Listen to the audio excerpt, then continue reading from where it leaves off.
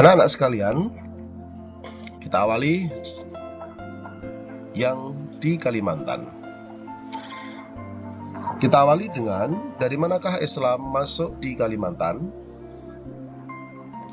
Yang pertama, Islam masuk ke Kalimantan melalui Kutai, Kalimantan Timur, yang dibawa masuk oleh seorang pendakwah yang bernama Datuk Ribandang bersama dengan rekannya yang namanya Tunggang Parangan sekitar tahun 1575. Sebelumnya, dua orang ini bersama rekan-rekannya yang lain berjasa besar mengislamkan daerah Makassar atau Sulawesi Selatan sekarang. Ada yang bilang di Kalimantan Islam masuk dari arah utara, dari kerajaan Brunei Darussalam. Di samping karena satu kawasan, Islam telah menjadi agama resmi di Brunei sudah lama, sejak tahun 1368. Atau ada yang ketiga yang mengatakan bahwa Islam masuk ke Kalimantan atas pengaruh kerajaan Demak, masuk melalui kerajaan Banjar di Kalimantan Selatan pada pertengahan abad ke-16. Nah, anak-anak sekalian, banyak sekali kerajaan-kerajaan yang ada di Kalimantan seperti yang ada dalam contoh gambar di samping. Ada kerajaan Pasir, kerajaan Banjar, kerajaan Kota Waringin, dan lain sebagainya. Kali ini kita akan membahas tiga saja di antaranya, yaitu kerajaan Banjar atau Banjarmasin, Kalimantan Selatan. Yang kedua, kerajaan Kutai, Kalimantan Timur. Dan tiga, kerajaan Pontianak di Kalimantan Barat.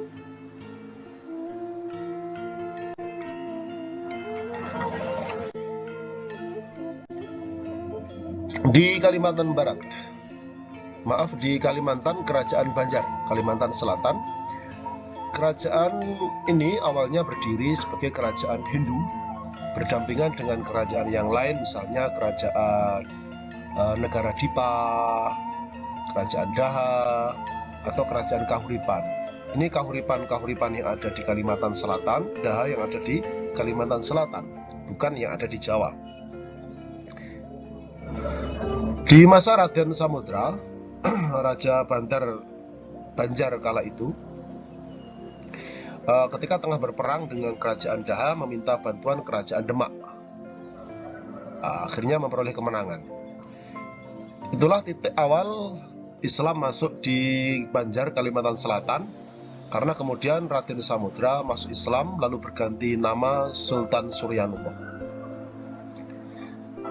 Tahun 1550 akhirnya meluaslah Islam di Kalimantan Selatan melalui pemerintahan Raden Samudra ini, sehingga sampai ke beberapa wilayah yang lain seperti di Sambas, Batang Lawai, Sukadana, Kota Waringin, Sampit, Madawi, Sambangan, dan lain sebagainya. Ini ilustrasi istana Kesultanan Banjar, ruang tempat raja bertahta. Dan di manakah Kesultanan Banjar itu berada? Di pulau besar yang ada di Kalimantan. Yang kedua adalah kerajaan Kutai. Seperti kita tahu bahwa di Kutai pada abad ke-5 telah ada kerajaan Hindu yang sangat tua dan yang pertama kali diketahui ada di Indonesia, yang namanya kerajaan Kutai. Memiliki raja yang terkenal dengan nama Raja Mulawarman. Kerajaan ini kita sebut kemudian terkenal dengan sebutan Kutai Martadipura. Ini lambang kesultanannya ini seperti ini. Kutai Martadipura.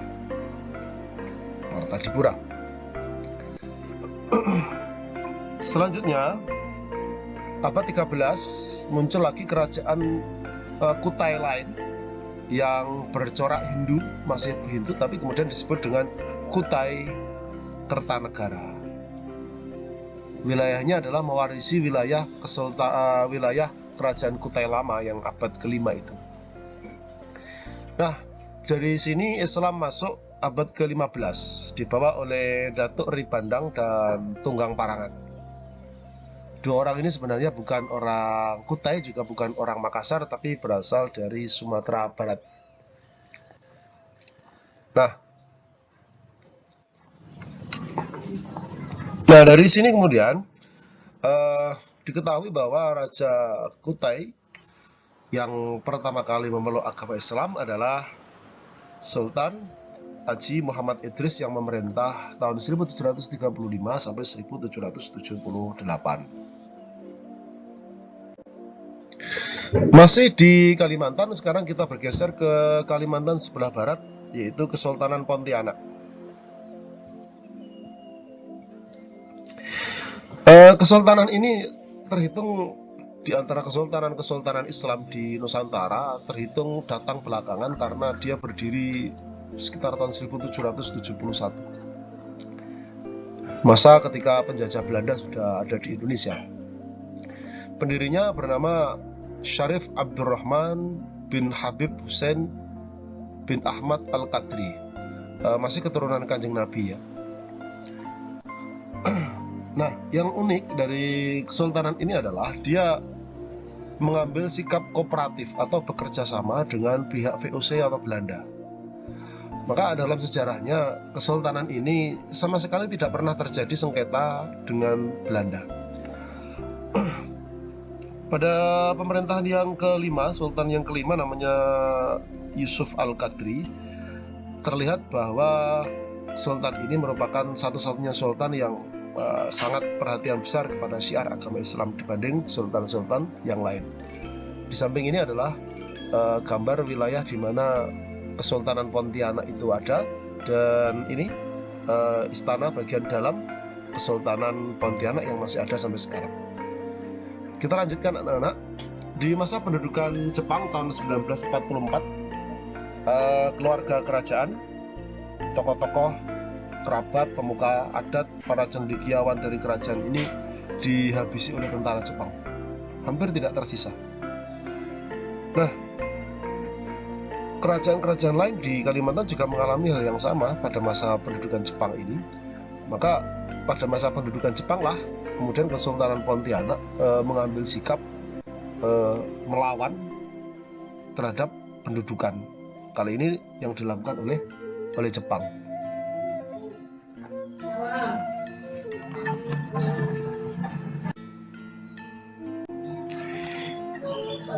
Kemudian berikutnya kita masuk di Sulawesi, anak-anak.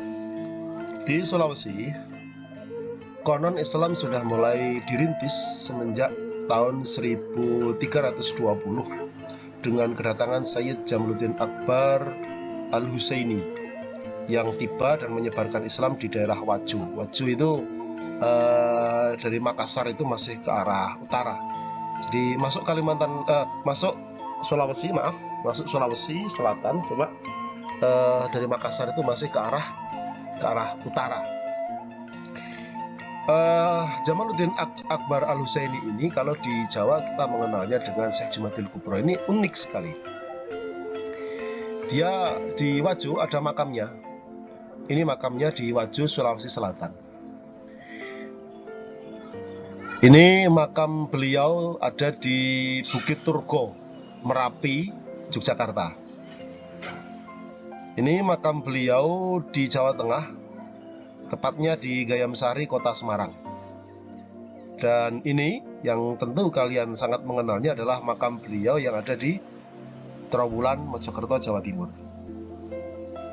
Anak-anak sekalian, setelah periode Sayyid Jamaluddin Al-Akbar Al-Husaini, lalu masuklah Datuk Ribandang, Datuk Patimang, Datuk Ritiro, Tuan Tunggang Parangan, orang dari Koto Tengah, Minangkabau. Mereka datang atas utusan dari pemerintahan Kesultanan Aceh Darussalam menuju ke sana pada abad yang ke-16. Mereka berempat menyebar di beberapa wilayah. Ada yang kemudian mengislamkan Kerajaan Luwu, Kerajaan Goa, Kerajaan Talo, Kerajaan Gantarang, bahkan kemudian menyeberang ke Kutai Kertanegara yang ada di Kalimantan Timur, bahkan menyeberang ke Kerajaan Bima, Nusa Tenggara.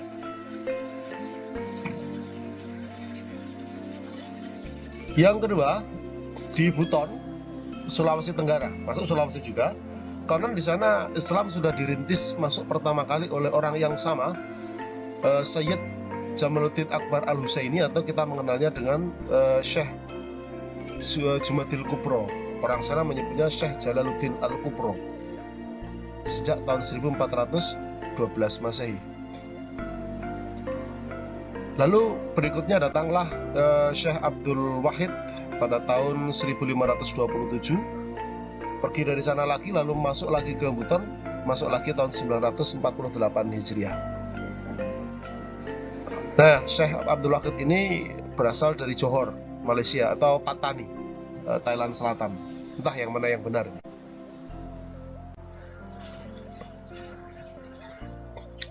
Pertama, kita akan membahas kerajaan Goa yang sudah berdiri cukup lama, sejak abad ke-14 dengan agama kepercayaan kuno yang ada di sana. Raja yang ke-14 namanya panjang ya, Imangari Daeng Manrabia Tuminangari Gaukana, atau lebih terkenal dengan Daeng Manrabia saja. Daeng Manrabia ini, ketika inilah kemudian Islam masuk dan dia memeluk agama Islam dengan nama Sultan Alauddin. Ia penguasa yang pertama dari kerajaan Goa yang masuk Islam. Setelah Daeng Manrabia masuk Islam pula seorang raja dari kerajaan Talo yang namanya Kareng Matwaya. Kita akan mengenal nanti cucu dari Raja Goa yang ke-16 ini tadi, yang Daeng Manrabia, adalah Sultan Hasanuddin itu, yang terkenal karena dia melawan VOC. Ini komplek makam-makam raja-raja Goa yang ada di Katangka, Sombu, Opu, Kabupaten Goa. Sementara gambar bawah itu adalah bentuk cungkup makam dari Sultan Hasanuddin. Goa dan Talo sebenarnya bersebelahan. Ini Goa, ini Talo. Nah, jadi nanti Goa Talo akan menjadi satu, lalu meluas wilayahnya ini. Nah, ini. Kita akan bahas Talo setelah ini. Nah, kerajaan Talo ini sebenarnya adalah kerajaan pecahan dari Goa, karena pendirinya adalah adik Raja Goa ke-7, namanya Batara Goa Tuminangari Paralakena.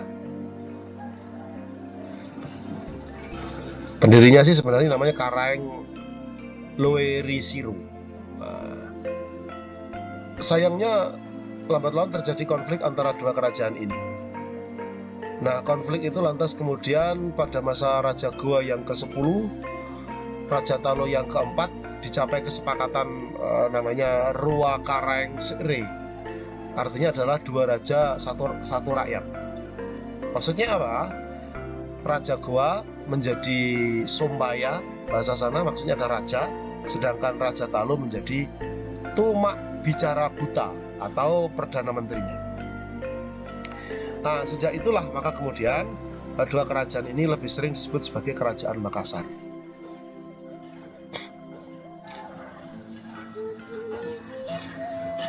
Sementara Raja Talo yang memeluk Islam yang namanya Kareng Matwaya tadi itu, nama Islamnya adalah Abdullah Awalul Islam. Sekarang kita bergeser ke Kerajaan Buton di Sulawesi Tenggara. Ini letaknya di kaki yang sebelah sini, Kerajaan Buton itu. Nah, pusatnya ada di ini, pusat Kerajaan Buton namanya Bau-Bau. Sekarang masih ada.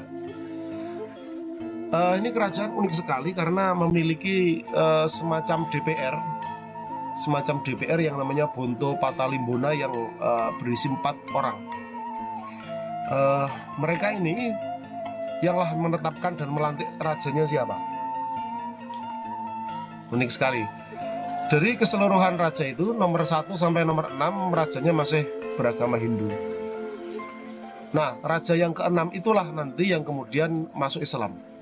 Namanya Lakilapunto. Jadi raja yang ke-6 sekaligus nanti akan masuk Islam. Di tengah masa pemerintahannya kemudian bergelar Sultan Marhum Kaimuddin Khalifatul Khamis. Ini warisan Kesultanan Buton yang masih ada sampai sekarang. Masjid Kesultanan, kemudian istananya. Ini istana, ini masjid. Lalu yang bagian bawah ini beberapa sudut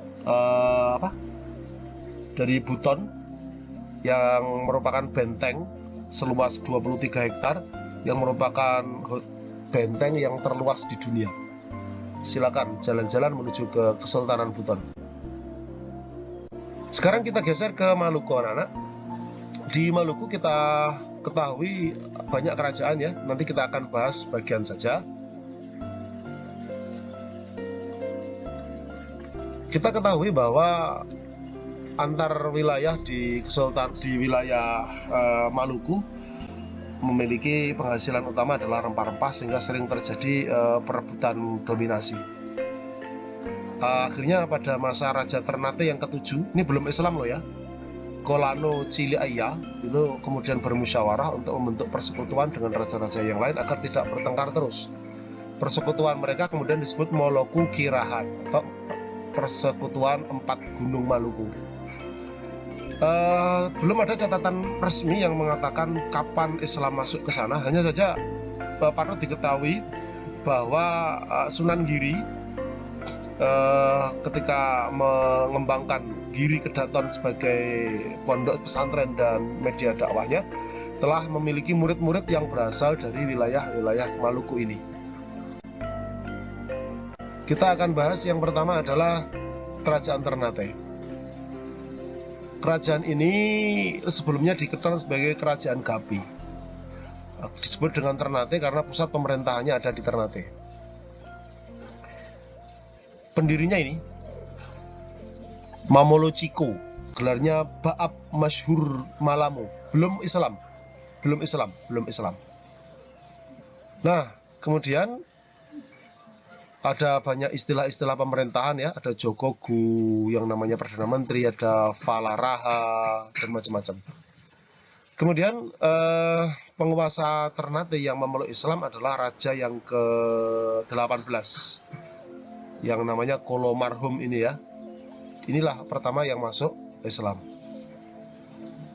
Dan kita perlu tahu bahwa Kolo Marhum ini memiliki anak yang namanya Zainal Abidin.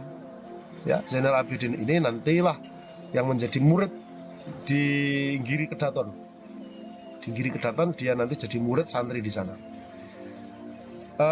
Ternate ini membentuk satu persekutuan ekonomi kawasan yang bernama Uli Lima, yang memiliki anggota Ternate sendiri, lalu Obi, Bacan, Seram, dan Kerajaan Ambon. Kita sekarang kemudian bergeser ke Kesultanan Tidore. Unik sekali, kerajaan ini didirikan oleh orang yang bernama Islam Muhammad Nakil pada tahun 1081, tetapi belum merupakan kerajaan Islam. Islam baru dijadikan agama resmi setelah Tidore dipimpin oleh Raja ke-11 yang namanya Sultan Jamaluddin ini. Kalau Tidore punya Uli Siwa untuk mengimbangi Ternate yang memiliki Uli Lima.